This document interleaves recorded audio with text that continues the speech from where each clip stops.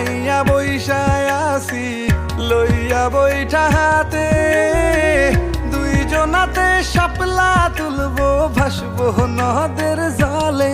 ও তুমি স্রোতের মতো ভাইসো আমার নায়ের মাথায় বইসো, তোমার লইয়া যামু এক অচিন দেশে।